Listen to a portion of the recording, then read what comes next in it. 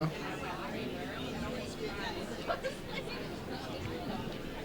live from the Western BCA 9-ball championships.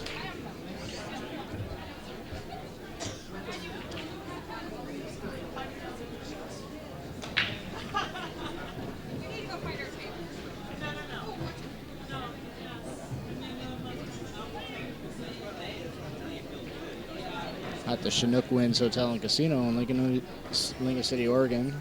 We got Nick Kruger at the table. He's undefeated. It's a race to 8. He's playing Paul Marquez. Paul would have to beat him twice. It's true double elimination.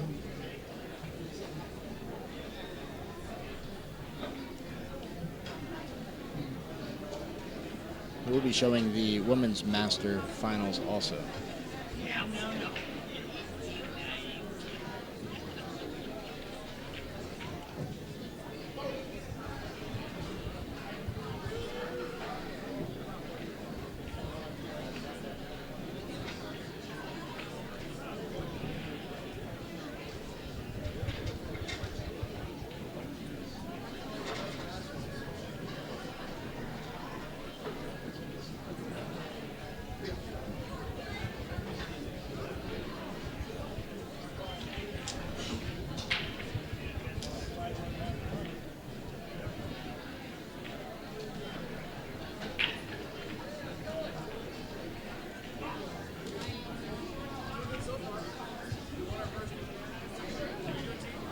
Yeah, if you're listening out there, the men's B finals.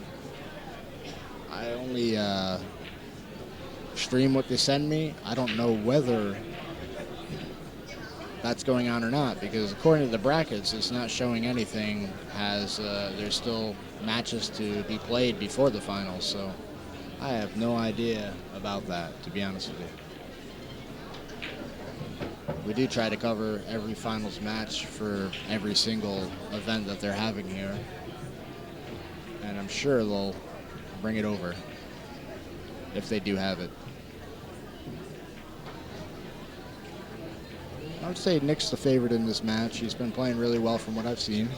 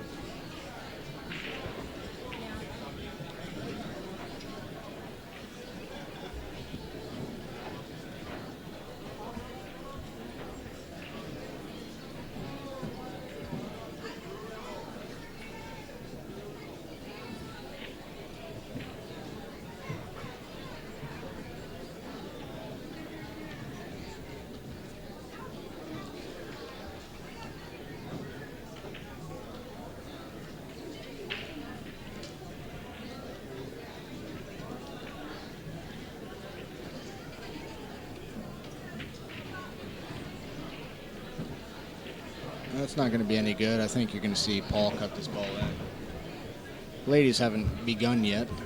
I think Debbie's just warming up.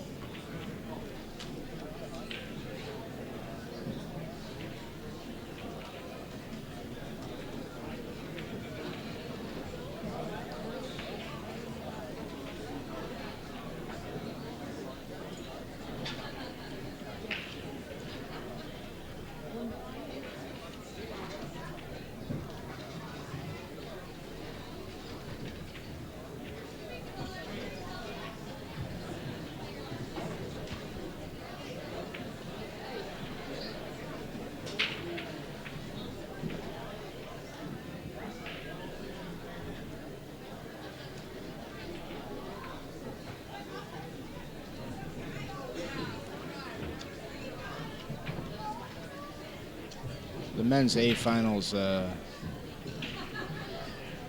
already taken place.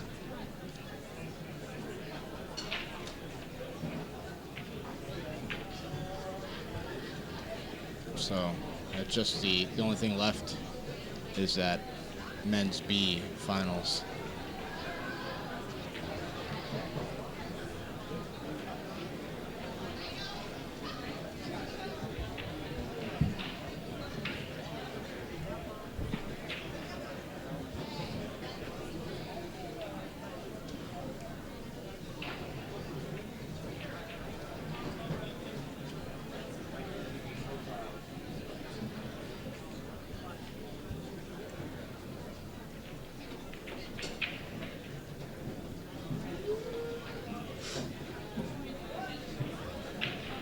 Castulo Garcia defeated Joseph Farmer for the men's Open A singles.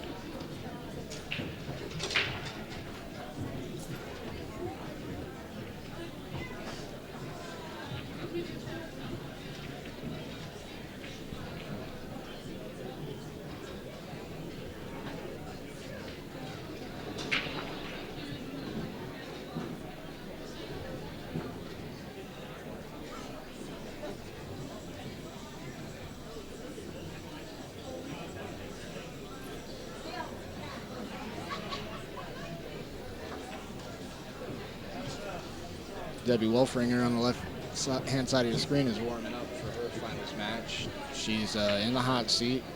She's playing Jing Liu.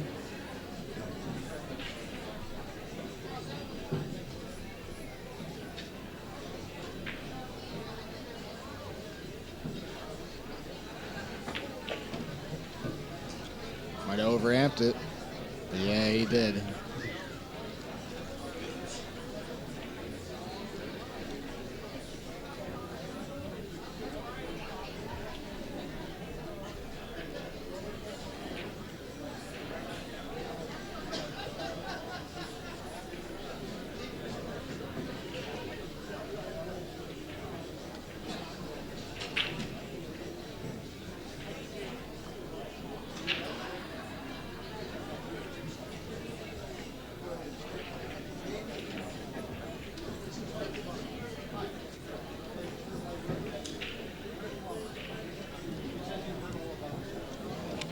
B finals are going to take place tomorrow, Ken.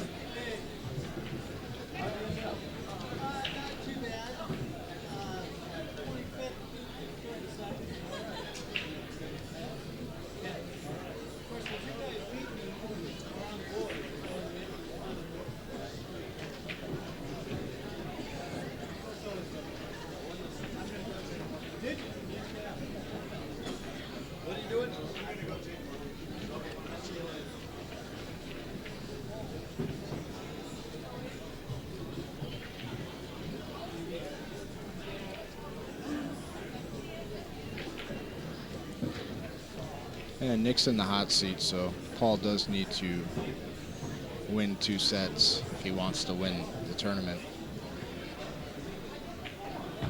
It's going to be no easy task. Tied 1-1.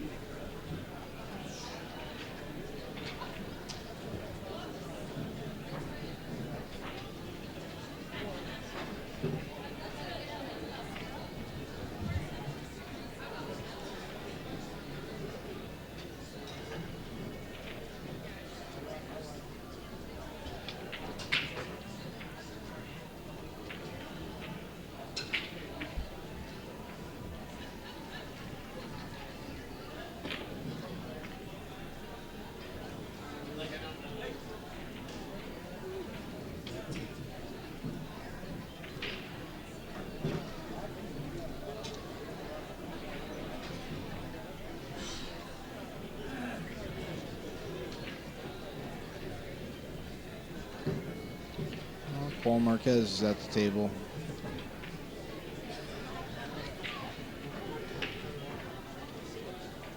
Might have made the 8 inside. Ooh, doesn't fall.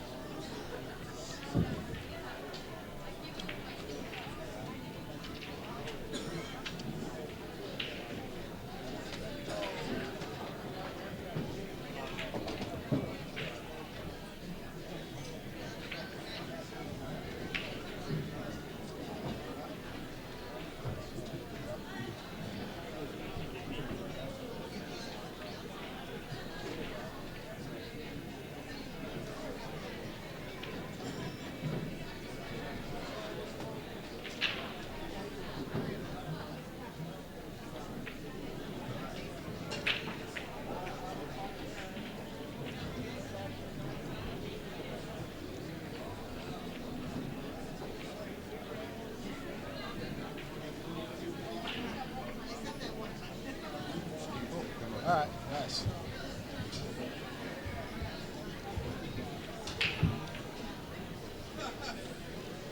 All right, well, I'm joined by Steve Lingbach.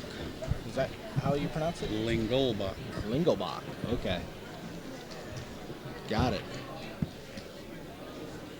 Well, we're going to be doing the Women's Masters Finals as soon as they start, along with this Men's Masters Finals, which has already started at, and they're tied at 1-1, racing to 8.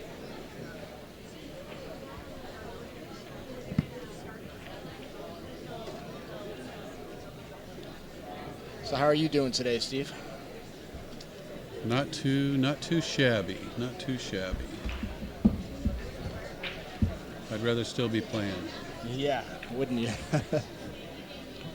Paul's got a tough shot here. I don't think he's going to play the carom, but I could be wrong. Yeah, it was there. It was dead. Oh, he forgot to play. Oh, he did play shape. They wanted to. He's not going to make a move, you know? He wants to just stick around. Yeah. No, he should be dead out here. They have to spot that ball. That ball spot. Yeah, closest to it as possible. Yeah, it does. They're going to call for a ref, but if they don't know it, but if they don't know the rule, Nick's... Yeah, once he's approached the table, I believe, if a ball falls at that point, it respots. Yeah, closest to it. It looks like they're going to skip the ref. Yeah. And Nick's putting it in a better place than it was. So. Yeah, I think so too. Huh? Oh no, I do. Yeah. I think Paul will just draw it out just a hair. Now he's going to go to the. That was a little crazy. I have no idea what he just did. I think Oder just made the ball, right? And just took the cut on the 5. Yeah. Just take the cut. He's going to make that cut 98% of the time. He's done this twice. He's overrun his shape and put himself in trouble. If he keeps doing that, it's going to be a long set. So you're supposed to play safe right here. You're supposed to thin the 5, come to this rail, put it on the middle diamond, and try to lock your opponent up on the back of that 9 ball. Anything else is a little too risky for me. But everybody plays a different style, and that was a bad shot. And that's why you shoot the other shot. And he might have got stone lucky. Yeah, he did. Yeah. Nick's going to be going for the jump cue, it looks like. Everybody plays different, but that's, in my opinion, that's the wrong shot.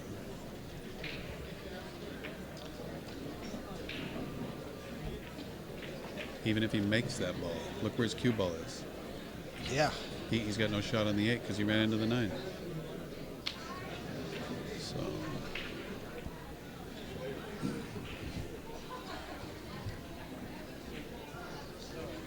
All week long we've been playing on these tables, and funny rolls and stuff like this has happened hundreds of times.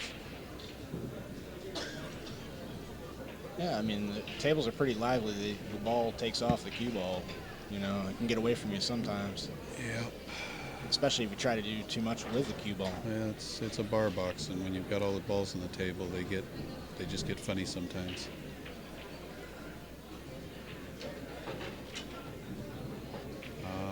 I think I'd be jumping. I don't know sure what he's doing.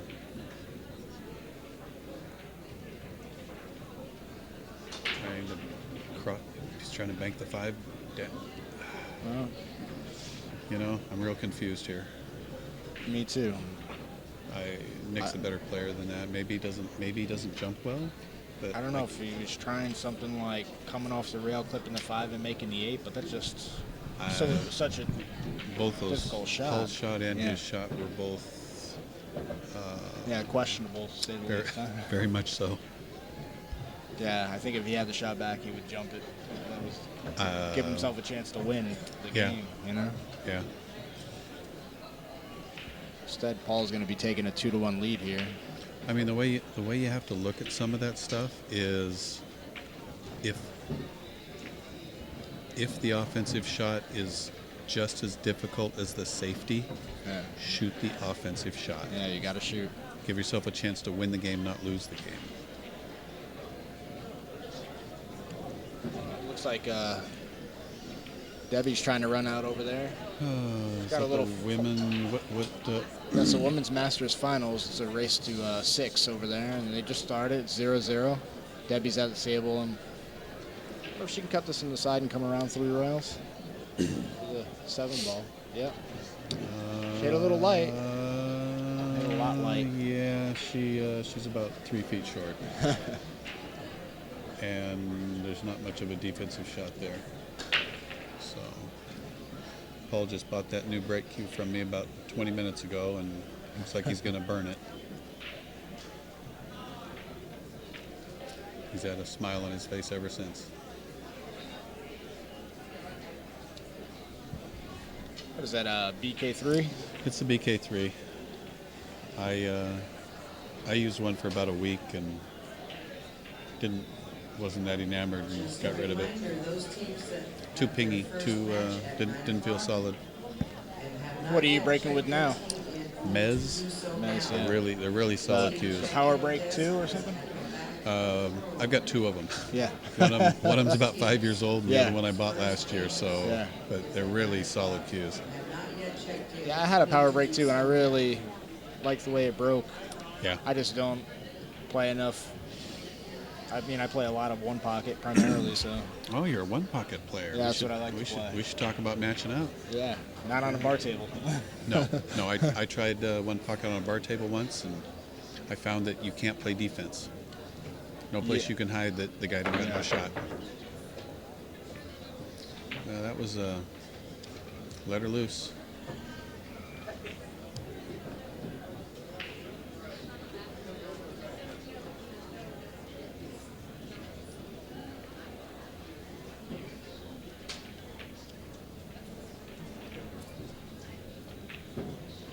So it looks like that was the first game for the girls. Yes, it was. Yep.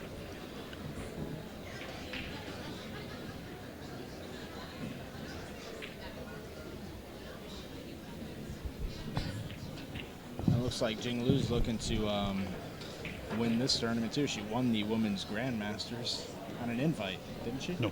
No? Different girl. Different girl? That's Jocelyn. Is it? Different girl. Yeah. Yeah. That's Jing, and Jocelyn won the Grandmaster.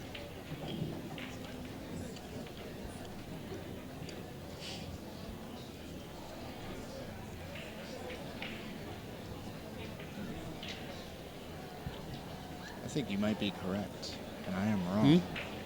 Let me see what they got on this board.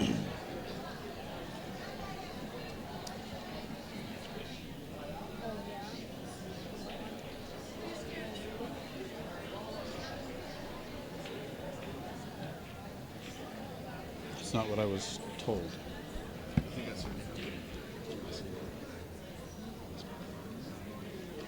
Oh. She got an invite to this tournament and won. No, I know. So did I. Yeah. And I should have beat Stan for the point. Yeah. But I let him off the hook over there. You probably saw it. Yeah. Yeah, you had a nice lead in that match, didn't you? I had a nice lead. I had a Yeah. 6-3 lead to take the point for the grand. Yeah. I was like, yeah, he's going for it. And he didn't really get any rolls. I just gave him a little air. So, but with players that Stan's caliber, you can't give them much air.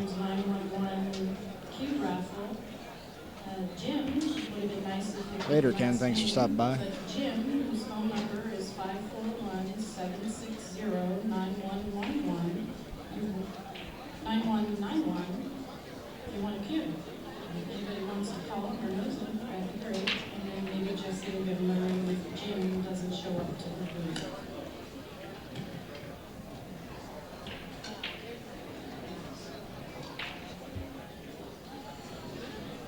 So yeah, if she snaps off the master and the grand. Yeah, she's going up. But yeah, it looks like I'm mistaken that we Yeah. call her Jocelyn. Yeah. And Somebody was that's- asking me that that's a- earlier, and I that's- said, yeah, that's the name that she that's- likes to go that's by. That's a right? nickname. Yeah. Now there's a really good shot here for her.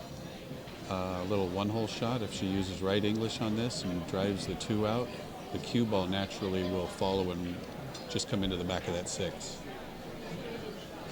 Yeah, a little An bit of spin on it, right? Yeah, an experienced player will shoot that. A lot of non-experienced players will hit this at Mach 12 or Yeah. do Yeah, something. just try to take a flyer, huh?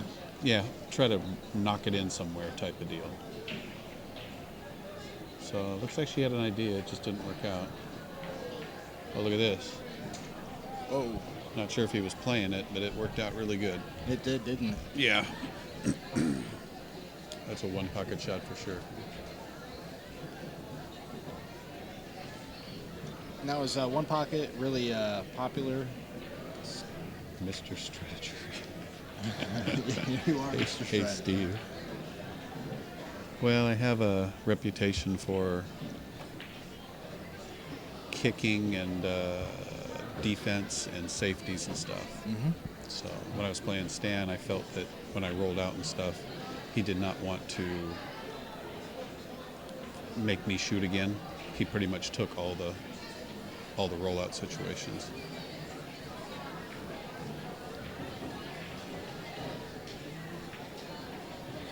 So what room do you play out of that is like a one pocket room? Is there like one pocket players there, or is it just not really at all? I don't. huh? I live in Portland. They don't play pool in Portland. No. There's nobody to play one pocket with that, Oh man. you know. So Well, it's pretty sad. So as a one pocket player, I travel out of town, go to bigger events, Derby City, different stuff. But there's nothing in Portland. There's nobody to play. The competition's not there. So it's yeah. just To me, one- that's one the of best those. game. It's my favorite. I mean, I just You like know, the thought process behind the game and when I all was the moves. when I first started playing the game when I was about 23, I moved to California to a room called Great America, which is now Hard Times, Okay. and was playing pool for a living there. And I was a 23-year-old kid that shot straight and played 9-ball, and Yeah. I had to learn very quickly how to bank balls and how to play one pocket, or as a young professional player, you well,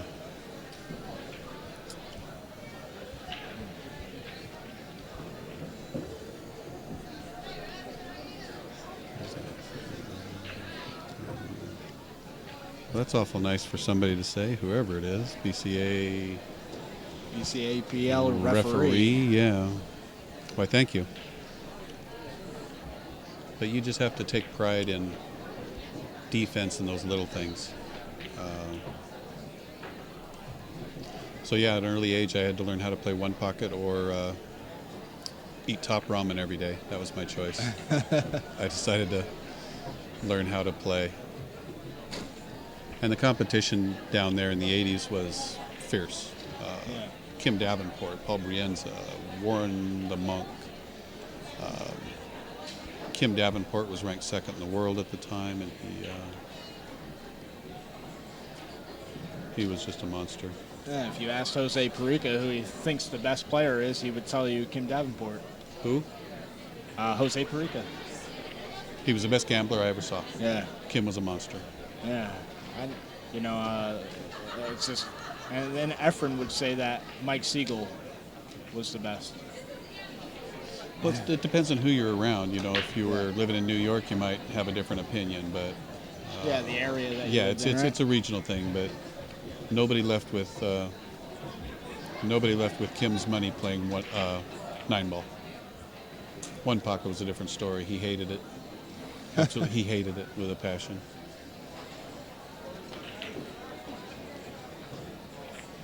I guess we better get back to the matches here. Yeah, we could tell stories all day. Nick's down 3-1. He's going to have to tighten it up a little bit. He's been playing very well, so fully expect him to get out here. He got he'll be okay. He'll probably. Yeah, looks like he's going to draw and not go forward. I'd go forward on this. Yeah, I like going forward too. It's safer. He hit it really good though.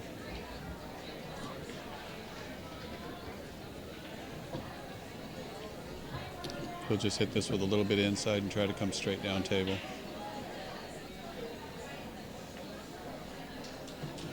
Yep. That'll be 3-2.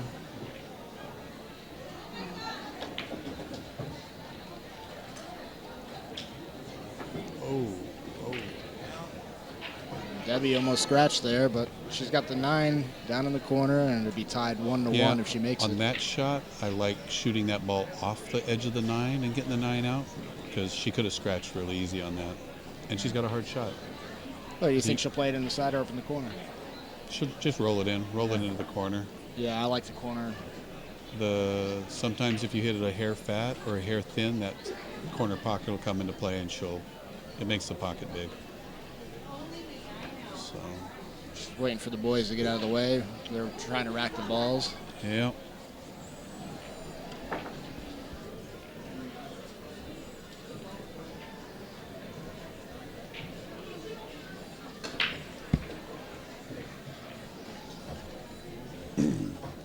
She's jacking up. I don't like to jack up on this shot. A lot of bad things can happen. I think if she just learned to put a tip of inside English and just roll this thing in, you're going to make it a lot higher percentage than... Yeah, trying to fire it. Yeah. That's how you rattle them, you know? She hit it real good, though. Yeah, she hit it nicely. Even with good players, they'll miss that shot at a high rate. Yeah, whenever you got to jack up, you know, it just... Yeah. Your accuracy goes down. Two of the best jacked up players in the world are John Schmidt and Rafael Martinez, that's in this room right now. Rafael jacks up and hits things like unbelievable.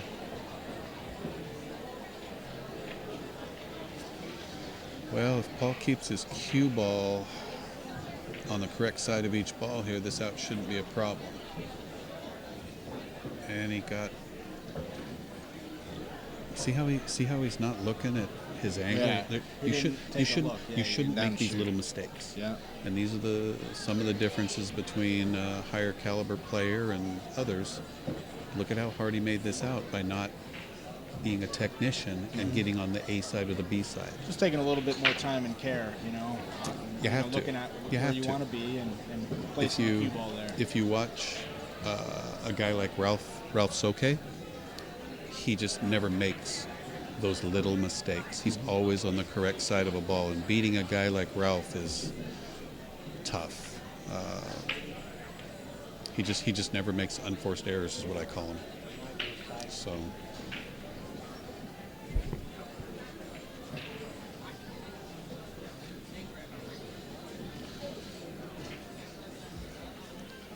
You know, and it looks like Paul's still going to get out here, but in the long run, those little mental errors. Eventually, yeah. Catch up with you. You're not going to get a good roll like that. You're going to get a bad roll. Yeah. So, and when you watch players play, if you watch for those little things, you'll see weaknesses in their patterns, and you just wait until they make them and try to take advantage of the opportunity. You know, because you'll get them. And in a short race, you know, they might get there, but, you know. Yeah. It can happen. No. And it's a lot of your gunslingers are the guys that make those little mistakes. Guys like Rodney Morris that plays fast and loose. Oh, yeah. Luke Salvis and a lot of them that don't even think. Even Rafael plays borderline reckless at times. But Well, Fun to watch when they do, though. oh yeah. Oh, it looks like Jocelyn got a quick 9-ball over there.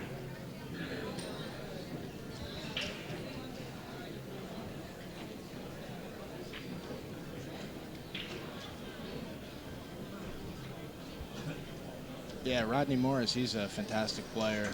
He's actually a good buddy of mine, and he was down, I think, I want to say 9-2 playing Dennis Orcolo 2013 U.S. Open 10 ball. Came back and won 13-10. Unbelievable.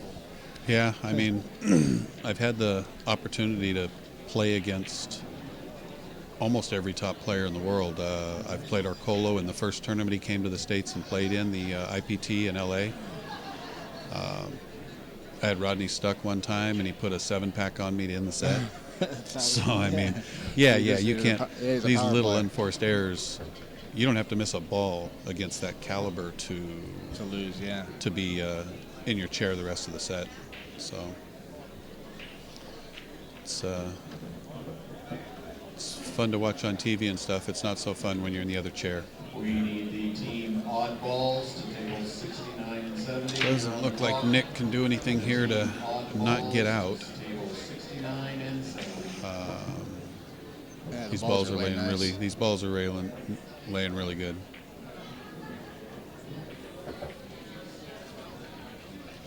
He's down 4-2, so he has to get out here.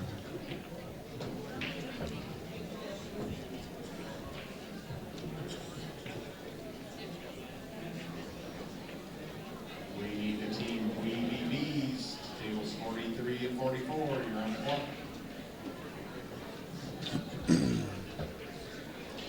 I'm surprised he didn't try to pull back on that, and he's just going to accept this shape, but he must like to play this way.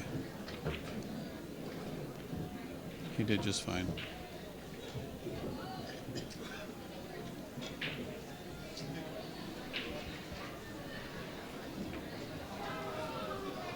It's now 4-3. Nick is trailing.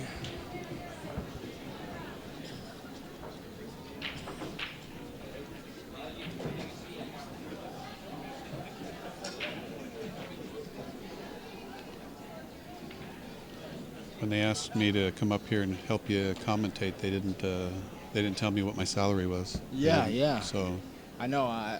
is there something I sign or? Yeah, I think they got some W-2 forms to fill out and stuff like that. Good.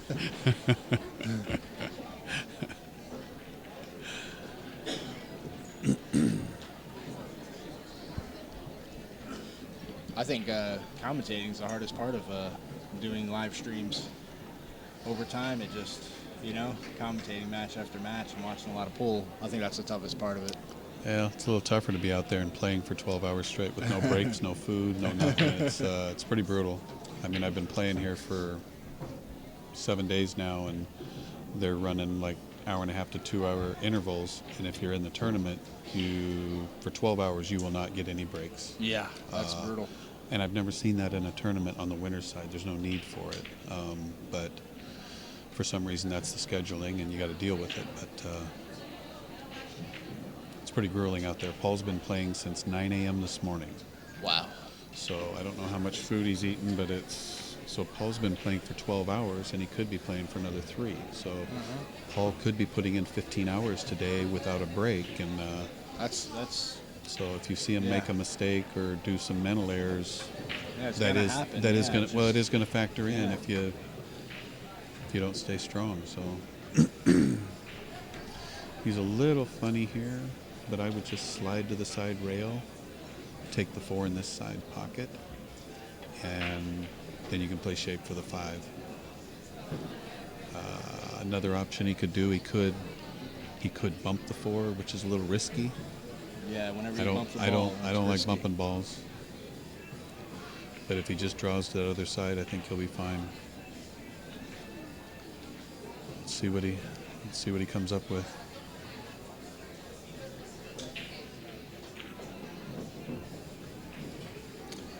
He chose to go the way I thought, but he should have gone all the way to the rail. Now he's got a really sharp angle.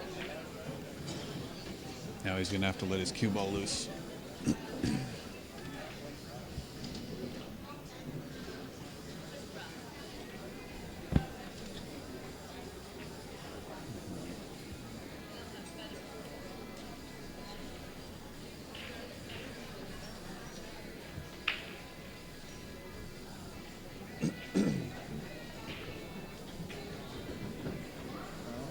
Jocelyn looked like she's going to go up 3-1 over there. Balls are laying pretty nicely for her. It appears that way. Yeah.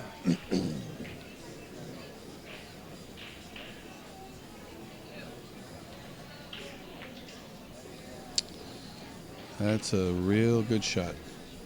Real good shot. And he should play this shot two ways. So he should be running his cue ball up table and trying to block the sight on the 5 if, Yeah, right? in case it does something funny. Yeah. So you definitely play this two ways.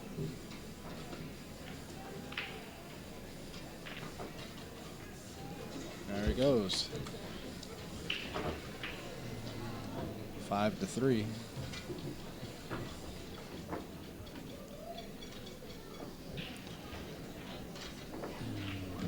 And it looks like Jocelyn on the other table is just going to roll forward and take her medicine on the 9. She should be fine.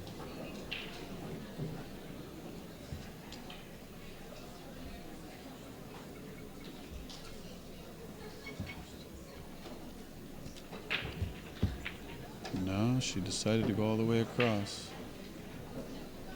I think she'd have been better off just doing what I said and just coming to the rail. She's going to have to use She a missed- bridge probably on this too. Well, she misjudged her speed. Now she's looking at either left-handed or a bridge.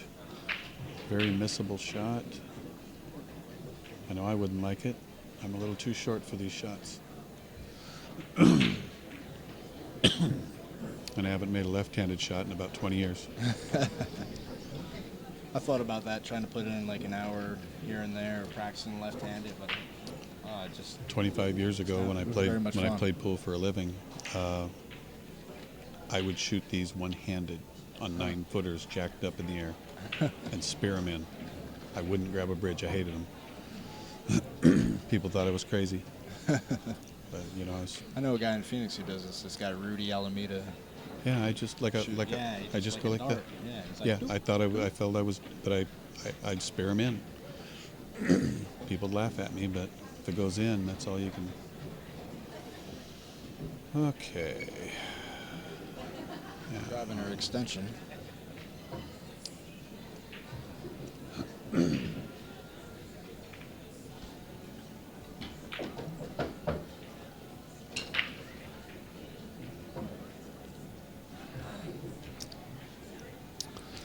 And it looks like Nick got on the correct side of the ball, and all he's got to do is just draw back here. Should be fine. Oh, nope, he kept a little angle.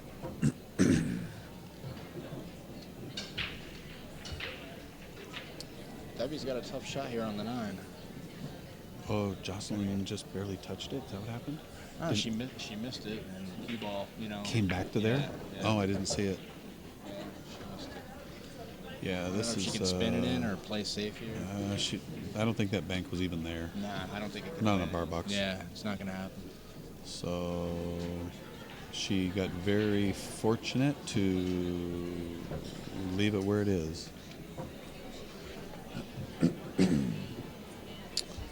Well, Nick and Paul's match is tightening up.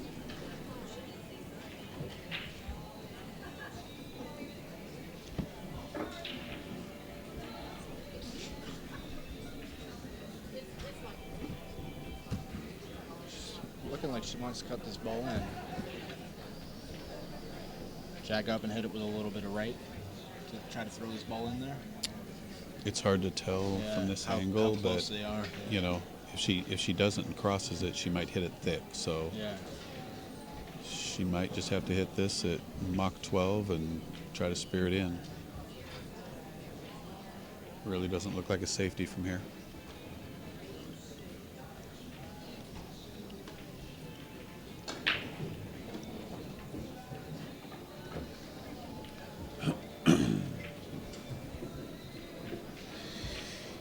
Yeah, it's been. I've never spent this much time around these magic racks, and it's been quite the experience playing this soft break game. Yeah. Danny on this table against me hit a ball at about 15%, made 5 balls, and he had a 4-ball I've out. seen him do it twice. I almost just said, "That's good. Yeah. You don't need to shoot these 4 balls." Yeah. I've seen him do it twice. But he had It's to draw unbelievable. his cue ball 2 feet, so, Yeah. I made him do it. But she overcut it. Yeah.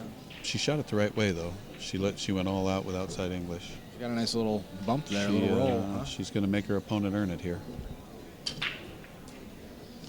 Nick's got a little interesting shot here. I think he's going to try to hit the rail, just barely fan the 1 ball, and try to leave it down by the 6. So he's not going to hit this very hard, and he's going to try to let the cue ball run down and get safe. Ooh, she just missed that bank. Almost doubled it, but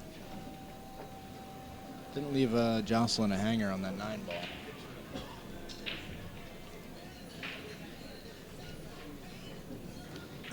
She's just got to roll this in.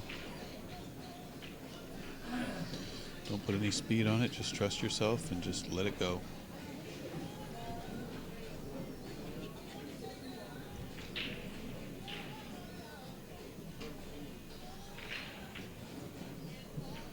Yep, she hit it good. And Nick was unfortunate. He did exactly what he wanted and just came off the one a little too thin. And if Paul can figure out a way to get out here, he's probably going to start out with the combination if it looks, yeah. So.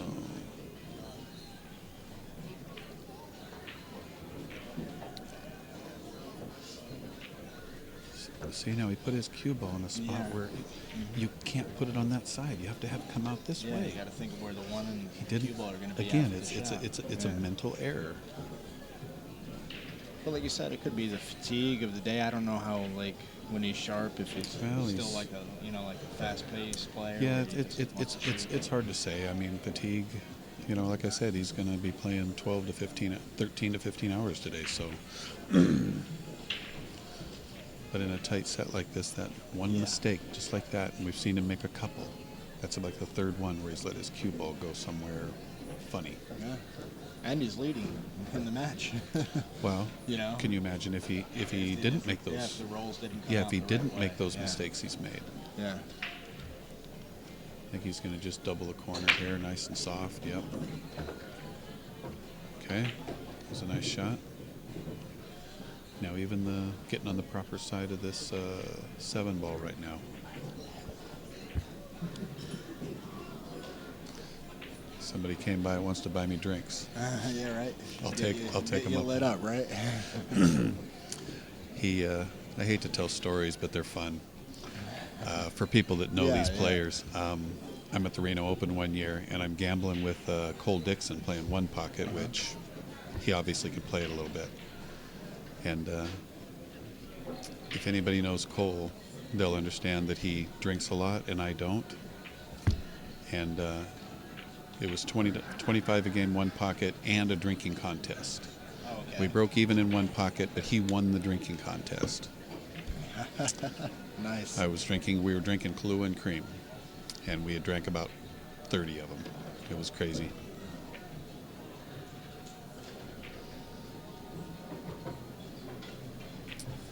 Looks like Paul should be in pretty good shape here. He's just going to draw it right to the rail and should be fine.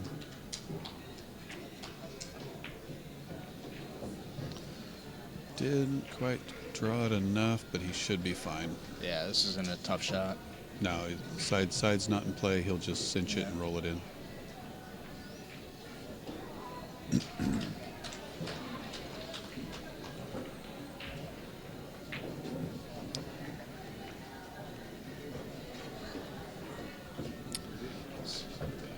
Six 4 now. Somebody's on the chat room saying that Ronnie Allen could outdrink Cole. I wasn't around old Ronnie Allen that much. Never got to play him. I've been around him some, Yeah. but I imagine it would be a good contest either way. We did run the Peach Hour Tour for about 9 years here on the West Coast, and Ronnie was one of the choice few that we kicked off the tour. So he's Oh, that's just surprising. unsportsmanlike Yeah. conduct over and over, and we were Oh, at God. California Billiard Club, and Yeah, I like that run. That run was cool. it's a nice room. We ran about 5 or 6 different events there. The Now, late, Chet owned it, right? the late Chet Ito, yeah. Yeah, it was quite a room. I hear that they've either moved or They did move Go- locations. did they already move? Yeah. Yeah. I don't know if they are totally set up yet, but Chris, who owns it, he's a nice guy, and Yeah. I've actually done a stream there a couple times. Yeah, you were streaming. Me, Stan, and Danny went down to, it was a couple years ago, the events they were running there. Yeah, he And, had the 10 ball and the 1 pocket event side by side. the you 10 know? ball in 1 pocket. And I So think we it's- had an inside pool streaming along with us in one year, and then the other year it was me and POV was on the other table covering it. The year that we went down to it was the year that Frost and Schmidt Oh, Schmidt. Yeah, they had that. lined up 20 coins, Yeah, deliberate scratches. Remember that one? yeah, That was crazy. yeah. We actually that was a great game, you know, of 1 pocket. Oh, it was Just that was one of the best sets I've ever seen. Yeah. And they were all intentional scratches. You know, Yeah. they weren't given an inch. Scott Frost and I just released Power 1 Pocket Volume 2, the DVD, and that we have about an hour and a half of the DVDs a player review, and that rack is on the DVD, and he talks through the whole rack, explaining what is going on and everything. Right. Yeah, it's pretty cool. Right. You know, just to get his insight on what was happening, because he got about -10 at one point, I think. He owed 10 balls, and he almost came back to win it. Yeah. You don't see those games too often, you know. And Nick looks like he got a little straight here. It's another shot where your speed's off. They just, anytime you play 9 ball, it's a game of angles. Every single shot you have to got to have 20 degrees of angle roughly on every ball. You get flat like this with 10 degrees and you're shooting trick shots. So this one I might think about just rolling or stopping and banking that ball and not having to do anything. And that's what he's doing. He's just going to take his licks and bank this ball. I think he rolled a hair far, but he might just have to roll it in now. He can't swing around the table. Yeah. So I like coming up shorter and rolling it around so I can stroke it and not babying it like this. I don't like the baby thing. There we go.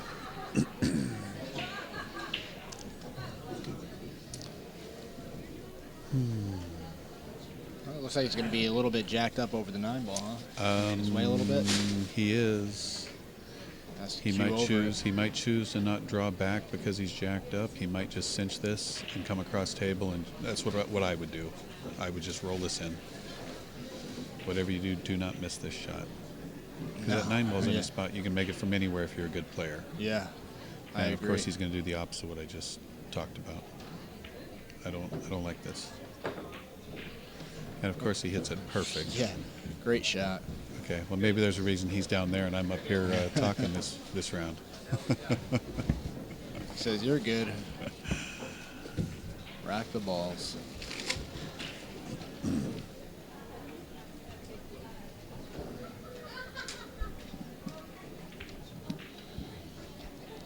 Well, Debbie is looking good over here. She's in line. She just needs to basically shoot stop, and angle on the 7 to come back for the 9. So let's see what she decides to do. She's been playing well all week. I don't agree with that shot, but she got in a good place. I thought she just stops the ball and shoots the 6 on the side. That way she can get angle on her 7 to get out.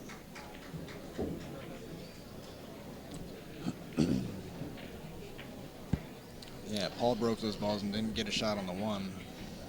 I did that all day yesterday. I could not figure out this magic rack. Today I finally figured it out. I started shooting a cut break with a draw, and the 1 ball stopped going to the end table. And Debbie's funny here, and she came out of it just fine.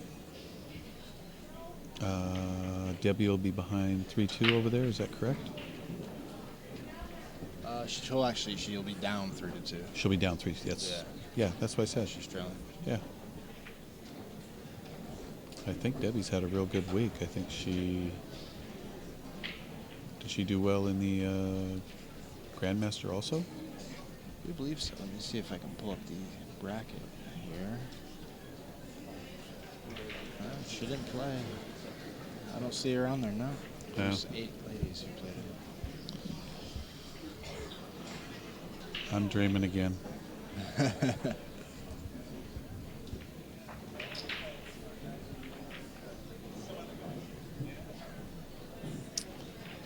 Okay.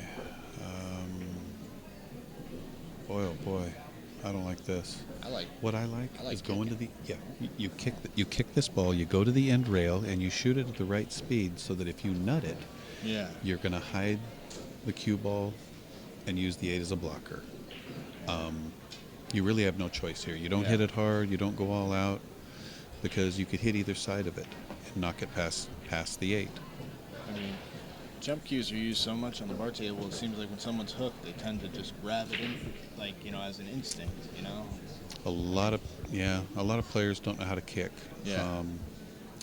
Your one pocket players and people with more experience. I was watching Chad Vilmont the other night, and he really does some good things with his cue ball as far as kicking and his angles. It was impressive to watch. Nick's probably going to shoot what I talked about here.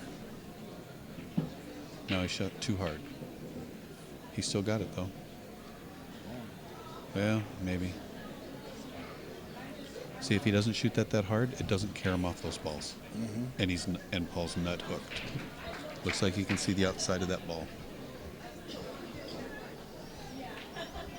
Here. Fix me. In case somebody's talking to us. Nope. Let's just reset it just to see. Sometimes it kicks you off.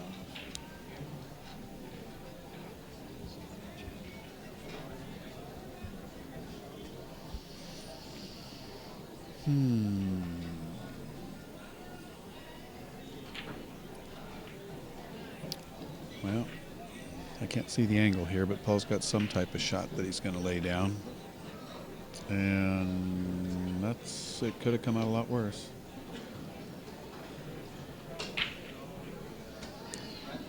And I think knowing Nick, I think he'll go ahead and bank this and try to get out here. I agree. I might consider putting the ball behind this 7 ball right here and spin in the corner and nut hooking in behind it, but it's a style preference, but I think Nick will just bank out here.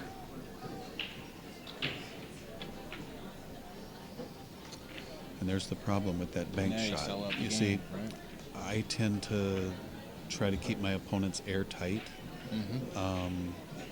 because you're not going to make that bank every time. So, and these rails bank short, so you have to compensate a little bit. They're not natural. And skimming off the left side of that 1 and nutting in behind that 7 more than likely wins you the game. So, and you can't sell out. So... Yeah, I like the safety play better there, by far. But that's like a sure thing. That's almost, the style of the player. Nick would have never shot that though. So some players, Nick probably doesn't play 1 hole at all. No. Would be my assumption, and so he's not used to those system shots where you go 2 rails or 3 rails and hide behind a ball. Yeah, one pocket certainly helps your bar table 8-ball game. It's amazing what it can do for it. Just a little safeties. Yes. And, yes. some of the moving aspect of it. I'd recommend to anybody who strives to play better pool to dabble a little bit in one pocket because it will really help your safety play, your kicks, your banking. It makes you a much more rounded player. I learned to play years ago, and I used to spend hour after hour watching a gentleman named Warren Costanza. Yeah, the monk, huh? The monk. He was unbelievable. He moved like a ghost.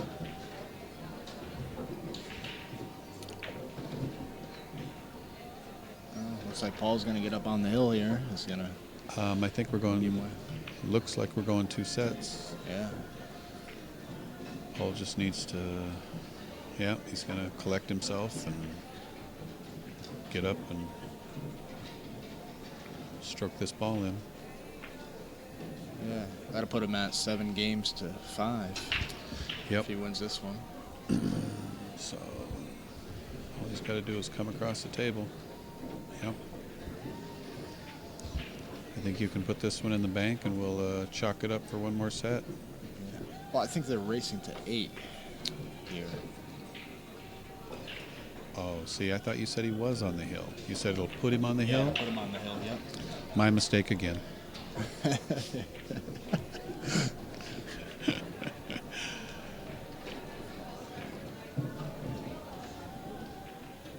We need a tag announcer. I'm screwing up too much here, saying all the wrong we'll stuff. Have a taser and we'll tase each other. Tase me every time I say something wrong. Oh, we're going to 8, not 7. Okay. Oh boy.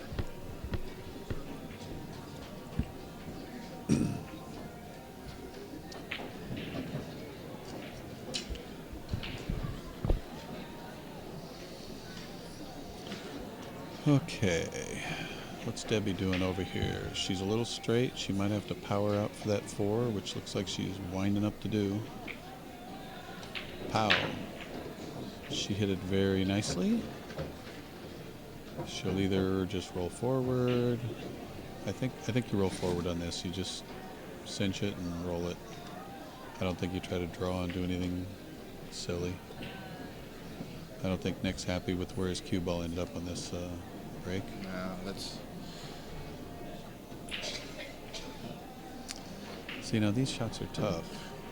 Spots like this, the one pocket experience and everything, the wrestling ability, you're going to push to a spot to where you can play a great shot your opponent can't. Yeah.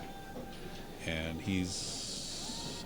I don't understand that. It was a terrible shot. Yeah, I don't get it. I mean, Paul's not even going to come to the table and look. It was such a bad shot. And Nick knows that. I don't think he's even... No, Nick's not even going to look at Paul. It's any conversation going to go let her on. go there, sunshine. Yeah. I'm not sure what he was thinking. He might have been trying to push out to a jump shot of some kind. But with the other guy being on the hill, I don't think he's happy with what he just did there. Debbie's going to tie it up over there if she makes this 9. Yeah, she should.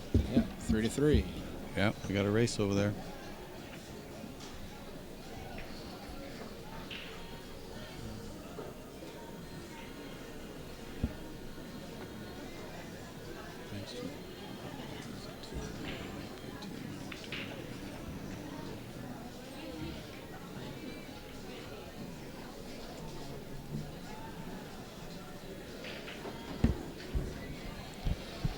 Looks like somebody in the chat room should have joined a team that I was on here or something.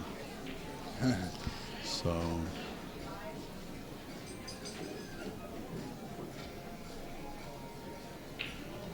Looks like the ladies took a break. yep, that's a thing. What do we do here? 3 rails.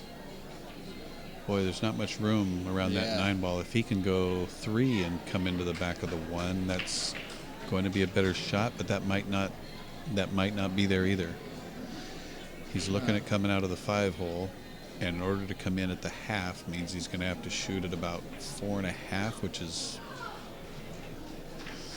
it's above the side, and the 9's in the way. So I don't think he can.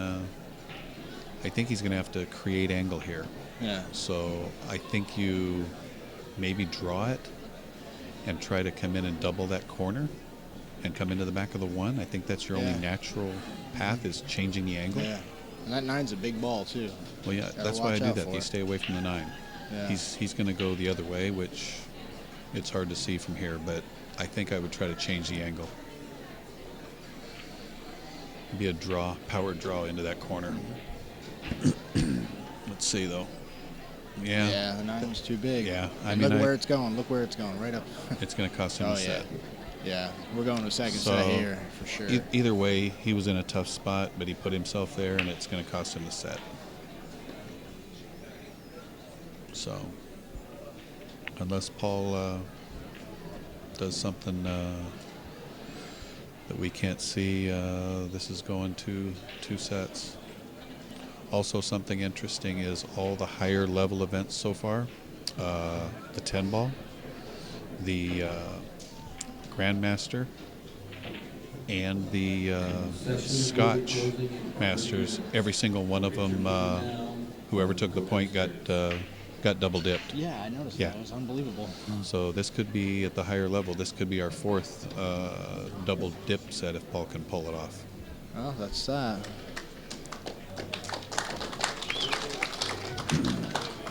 So we'll have the second set coming up, the men's Masters finals. Ladies are still on break, so we got a little break in the action to stretch our legs.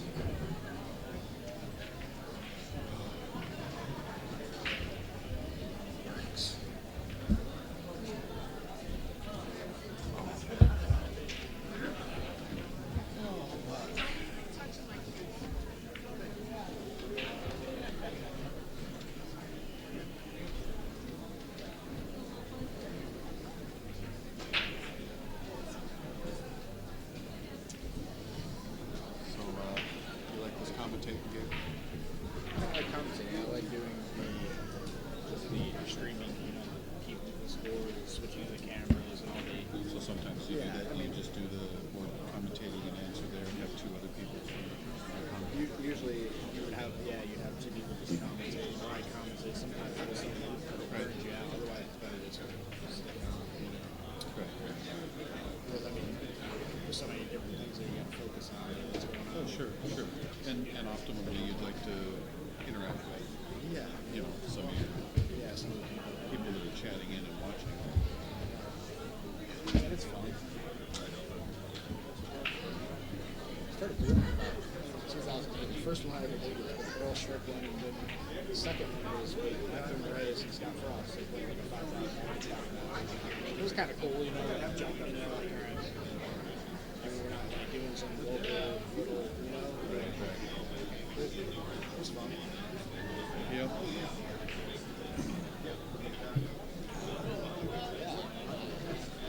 One time it's just such a great game. I'm in a great place for it. Playing Colby's and Phoenix, and Scott was in there. There's a lot of other good 1-5 players. Do you play good enough to play with Scott at all? Or? No, I mean, he'd have to give me a few balls. He has to give everybody a few balls. He's got to give everybody about 10 to 6. And you got good players who. I played Scott once in 9 ball with Family Billiards in Bay Area. And I beat him hill-hill to play Oscar for the finals. Oh, sweet. Which was nice. I beat up everybody in that tournament. I was in such a gear, it was crazy. And you've seen how small those pockets are, Family. Table one. Yeah, It's a bit of a challenge. But no, running out. I'm hill with Scott, and he says he wanted a saver, so we did a $100 saver to whoever got beat. Yeah. And I went back, I beat him, and I played Oscar in the finals, and Nice. Oscar just, his break, had no chance. First time I've ever played in the finals where I had no chance. His break was so good, I just got tortured. Oh, Jocelyn's breaking here. 9-1. Oscar breaks so good. Ernesto went pretty deep in the U.S. Open 9-ball. Did he? Yeah, he must have finished maybe 7th, 8th or something. Well, That's pretty deep. I've seen people here on the West Coast say he's washed up, and and he's also got like the most points on the Miz Tour that Oscar's running too. So if you've ever seen Ernesto play, he's not washed up. Let me tell you. And they're super nice he's- people. They're great people. No, they're world class. yeah, They're just- world class human beings. Yeah, they are. To be around Oscar and Ernesto is an absolute treat. Oh yeah. So with us running the Peach Hour Tour for 9 years like we did up and down the West Coast, we traveled to California all the time. And Oscar and Ernesto were just unbelievable. Yeah, and it's when funny. we first started doing that, Oscar would get beat up. I played Oscar like 3 or 4 times, beat him every time. He was just a kid, 17 years old, but his game now, because he has been playing for so long and with his dad's help, he's quite a player. Yeah, he Quite is. a player. And he likes to get into action. And he's in action Betting all the his time. own- yeah, He's in action all the time. Betting a lot of his own money, and then that's, respectable. Yeah, and he's just a great kid. So it's nice to see Ernesto playing well also.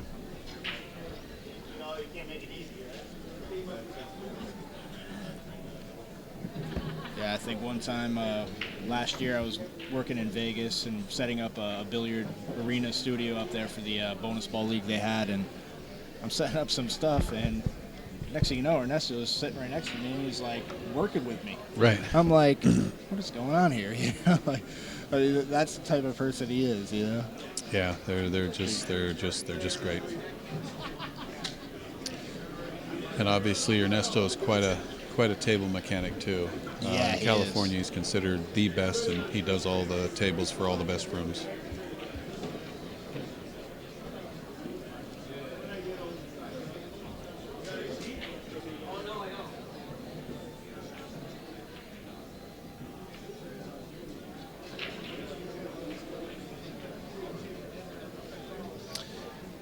And if somebody on here says Ernesto is a great guy, speaking of better players and things like that, for the 8-ball in the spring, if they add the 10,000 like they did for this Open, rumor has it that we're going to be seeing some Bustamante, big guns and Shane Van Bonings. Yeah. The Ernesto and Oscar. It's hard to say. It's 8-ball, so some of the guys don't play 8-ball a lot. Yeah. But the money will draw them in. the money will bring them. Kind of just like Derby City for years. Archer and Ralph Soke, a lot of those guys went and played in all the events, but they kind of sucked at one hole. Yeah. And even banks. But Yeah. because of the all-around money, they were there to play. Uh-huh. And I remember going one year, and I'm good friends with Varner. And I get there, and Varner's over with Johnny Archer on a table, and I came over and said hi, and he says, well, I'm giving Johnny 1 pocket lessons before the tournament. That's funny. It's a little late to learn, but Yeah, right. so I thought that was funny, but either way, it looks like in the spring, if we get the same added money, there could be some monsters in here, and it should be really fun to stream and Oh yeah, everything it's else. Great. I mean, the 10-ball finals was great. That was awesome. I didn't see it. I can't. It was some great play. Rafael just played fantastic. Danny didn't play bad. It's just, Rafael just didn't. I don't know if he missed any balls really. He just played. Yeah, I heard he played really well. I've seen Rafael playing now personally for about the last 10 years on the Peach Hour Tour, and he's lived here on the West Coast in different cities, from all the way from San Francisco to Seattle, and he's quite a talent. So. Well, the boys are starting up the second set. Race to 8.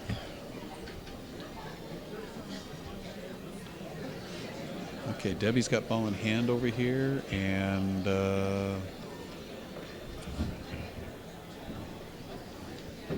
again, she looks like she's a little straight. It's maybe she's got a little angle. She might be able to go to the rail and pop out for the 6. Let's take a look. Yep. So now all she's got to do is. Now, do you play 3-rail shape off that 7? Put it in the side here? Or do you try to float low and stiff it down here for the 9? Yeah, I like. What do you going- like? I like just rolling forward here so I can just roll off the 7 down. Just- I don't want to use any more rails than I have to on that bar table. It makes me a little feel a little Yeah. funny. It depends on the angle she's got here. I really don't Yeah. mind going 3 rails on these shots and leaving that type of shot for me. because you can play just all speed. But she's going to be forced to do something fancy here. Yeah, She's going to have to hit this at Mach 12. Yeah, unless I don't see the angle right.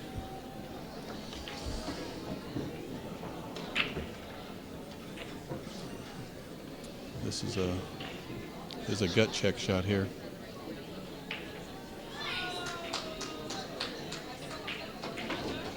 She's going to come up way short. Yeah, way that was the short. problem with that. And she's an Yeah. aggressive player. She's going to bank this ball all day. I mean, she just loves to, she fires, man. Yeah, yeah. There's Yeah. also a proper speed that you're supposed to bank this ball at, too, and most players don't. You want to bank this ball just hard enough to get down to the end rail and come up 3 diamonds or towards the side. Yeah. And let your cue ball go to that side. And if you do that, but watch, most players might will be not do that. We're talking Mach 12 here, and she shot over to the other one. And she almost did. See, I would have shot over on the other side. I wouldn't have shot in that side. Because you can get safe. Yeah. So you can play that shot 2 ways. I agree. I think playing it that way and keeping that in mind, the speed that you're going to hit the bank. I mean, if you hit it real good and you hang it up, well, it happens. But if you hit it short, you give yourself a chance to get safe there. It's just a percentage. It's a Speed. percentage play. Yeah. So either you swish it like you want to do, or you make sure you bank it short with the right speed. Because if you come up by that side pocket and freeze it a half diamond short of that side, your opponent actually has no shot. And looks like Nick is elected to take this combo. I don't think he had much choice. And we made a nice cut in the side to go ahead 5-4. Oh, 4-3, excuse me. Zip. I was going to zap you.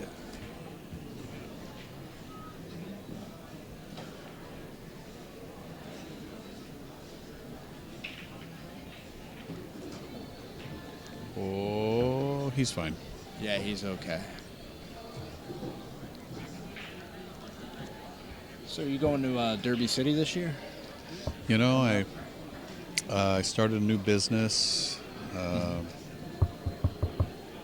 about three years ago. All right. So the last 3 years or so, I haven't gone to Derby. I went to Derby for like 6 years straight. Uh-huh. It's the best pool tournament on the planet.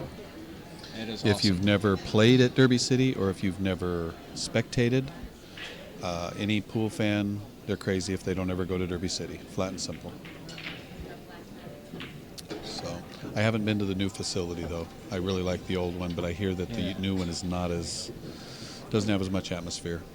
Yeah, it's kind of Canned. Yeah, it's Yeah. just, So the old one had this little church kind of thing over in the corner, and we'd go back there and I'd practice with Efren. I mean, I hate to tell these little stories, but they're people fun, like 'em. and I Yeah. hope people like them. But you can kind of learn by them. I'd been traveling for a month playing in all these tournaments, and Derby was the last event. And I gambled with Efren in L.A. playing one hole.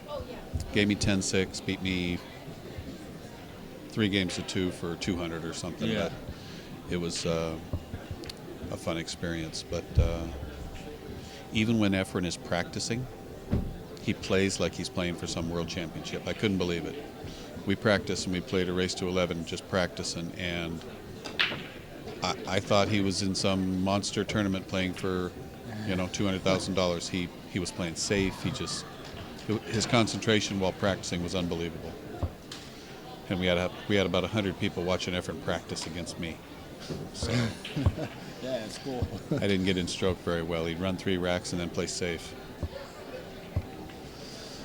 Looks like Nick just needs to get good angle on this 3 ball. He gets down to that 3, and I think he should be in good shape. And it should be natural 3/8 rail angle. Should be fine. Little high left and double the corner.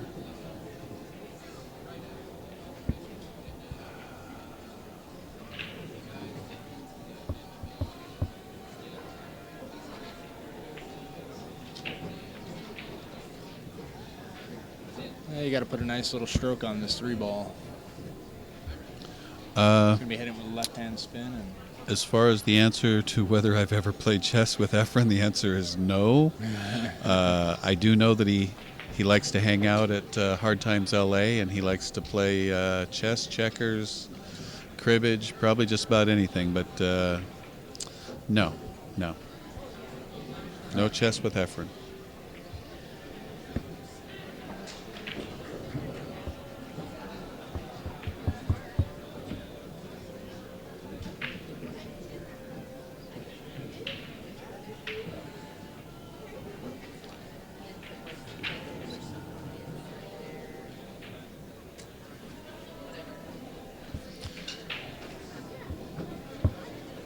I think if I wanted to trap Efren, I would probably play basketball against Efren. There's no way Filipinos can play basketball. So I think I'd kill him. He's too short. He's not quick enough, and he's older than I am. So Efren can bet all he wants playing basketball. nice. And I'm 54, so but he's got no shot. Efren's about 60 now, isn't he? He could be a little older. Yeah. I know he had LASIK on his eyes a few years ago when his game deteriorated a little bit, but last time I saw Scott, he said that, well, you know Scott better than I do, but he said Efren won't gamble with him anymore. I don't know if that's true or not, but that's what he said. They played, I want to say, 2 weeks ago, when they had that $6,000 entry, or it was supposed to be $10,000, but they dropped it to $6,000, and they got a lot of top one-pocket players to play in it. You know, Right. I mean, I think they was. So Scott lied to me and said that Efren was scared of him. So Well, they played a race to 3 after the tournament. Scott beat him 3-2. Then they played a race to 10, for some decent change, and Scott ended up winning that match, and it was a really good match to watch. I mean, it was unbelievable. One pocket. I mean, their last game lasted an hour and a half. I mean, they're both obviously, if not the two best, in the world. You'd have to argue if you said somebody else was. Yeah. But it's a treat to watch one pocket at the level that they play at. Yeah, and it's really two different is. styles of play. It's Yeah. I mean, Yeah. Scott's more aggressive. Yeah. Efren doesn't do the crazy stuff Scott does. Yeah, but he has all that three cushion knowledge, and the creativity that he's got in his game is. Yeah, he's got a ton of creativity. I mean, Tony Chohan played a one-pocket event at Delbert's Place in San Francisco right before he was incarcerated. And best one-pocket I ever saw any human play. yeah, Bar none. Bar none. perfect, huh? Oh boy, Nick's gonna give him that 9-ball. They're tied up 1-1. It's the last set for the men's Masters. Paul Marquez won the first set. So who's on the point of the girls? Jing, or do you know? Debbie Debbie was on the went. point. Yep, she went through the field undefeated, and So she's Jing's down. gonna have to double dipper then. Yeah. And she's ahead 4-3. 4-3, but it looks like we're going to be tied up here in a sec. Yeah. And should be. Yeah. be. It's All right, decent Paul's 9-ball got rate. his new break cue. If he doesn't make a ball on the break this time, he's probably going to sell it back to me for half of what he paid for it. So let's see. No, looks like he's going to keep it. He made 2 balls. And has a tough shot on the 2.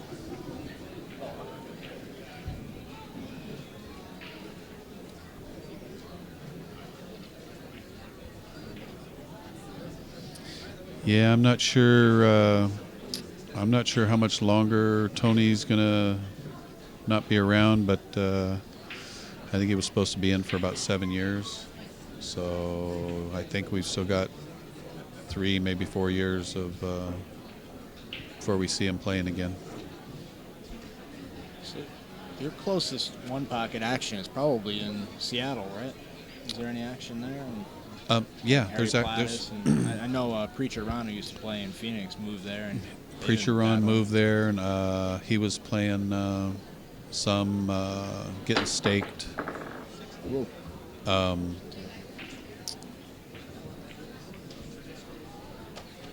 There's a gentleman up there named Eddie Hobbs who likes to gamble. Mm-hmm.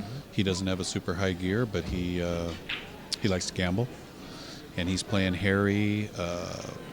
Al Perez goes up there once in a while. Vince Frayne is up there and stakes a lot of games. So they kind of throw people around in the box, and Yeah.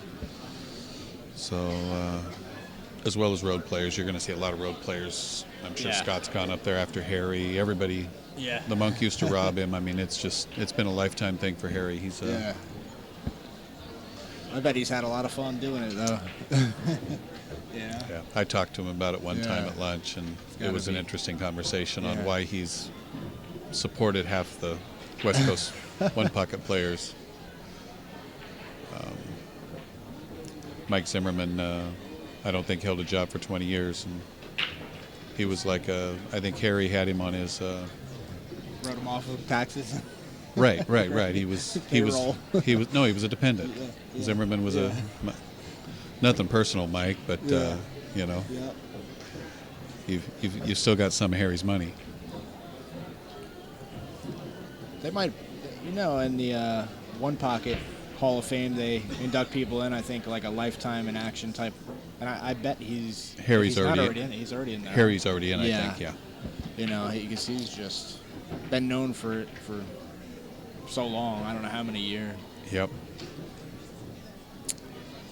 Well, it looks like Paul's got not much to do here. He's just going to cinch this ball and come straight across right about where he put that chalk. He should be right about there. Unless he's a little fatter than I can tell from here, and he might just float it over and just stay on this side. Nope. He's right over by that chalk.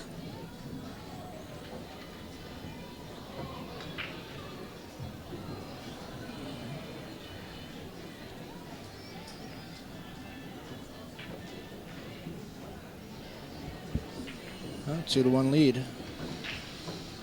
2-1. Oh, looks like we have a long 9-ball combination over here. Yeah. That's 5-4 now. Yep. Yeah. Sure.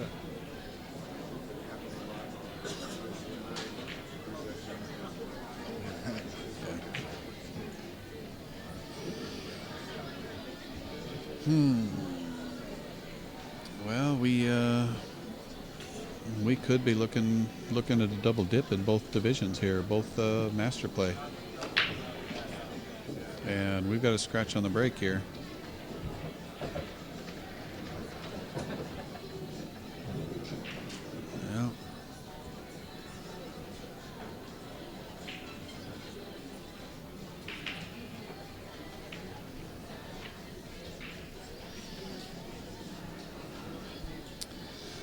Yeah.